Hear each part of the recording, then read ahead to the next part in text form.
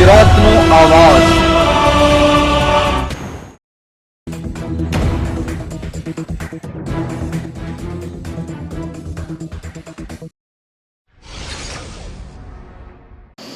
રાજકોટ જિલ્લાના ધોરાજીના જેતપુર રોડ પર ભૂગર્ભ ગટરનું દૂષિત પાણી મુખ્ય માર્ગ પર ફરી વળ્યું। ધોરાજીના જેતપુર રોડ પર ઘણા સમયથી રોડ રસ્તાઓ અને ટ્રાફિક સમસ્યા અને ભૂગર્ભનું દૂષિતને કારણે સ્થાનિક અને વેપારીઓ ત્રસ્ત થઈ ગયા। નગરપાલિકા તંત્રને અનેકવાર રજૂઆત કરી પણ કોઈ નક્કર પરિણામ આવ્યું નથી। મારું નામ જીતુભાઈ કોઠિયા।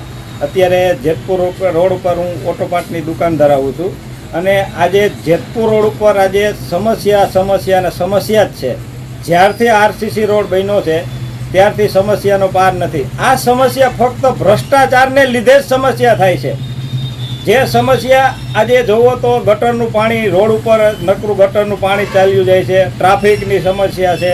આ બધી સમસ્યાને લીધે અત્યારે અમે પણ મંદિરના માહોલમાં સપડાઈ ગયા છીએ કે જેની કોઈ સીમા નથી અને આ બાબતે તંત્ર ધ્યાન આપતું જ નથી। તંત્રને કોઈ જાતની કાંઈ પડી જ નથી અને તંત્ર ઘોર નિંદ્રામાં સૂતું છે। એ જ મને ખબર નથી પડતી કે આ તંત્રને કેમ દેખાતું નથી કાંઈ। કેવી તકલીફ પડે? તકલીફની તો વાત જ જવા દો। આ ગટરનું પાણી એટલું બધું દૂષિત છે તે એના જે પાણીના છાંટા પણ ઉડે છે ને તો આપણે તમારા ઘરે જઈને પાછું નાહવું પડે એટલું દુર્ગંધ મારતું પાણી રોડ ઉપર રહેલું જાય છે। આવી બધી સમસ્યા છે, વિચાર કરો તમે। તંત્ર દ્વારા જાણ કરવામાં આવેલી છે? હવે તંત્રને જાણ કરવાની જે તમે વાત કરો છો, તંત્રના અધિકારીઓ આ રોડ ઉપર રોજ નીકળે છે અને આ સમસ્યા બધાને દેખાય છે તો આમાં રજૂઆત કરવાની ન હોય, એની મેળે એને દેખાવું જોઈએ ને એની મેળે એને સમસ્યા સોલ્વ કરવી જોઈએ।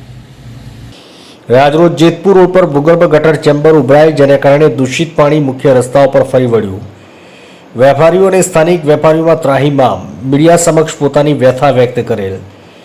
ધોરાજીથી અલ્પેશ ત્રિવેદીનો રિપોર્ટ।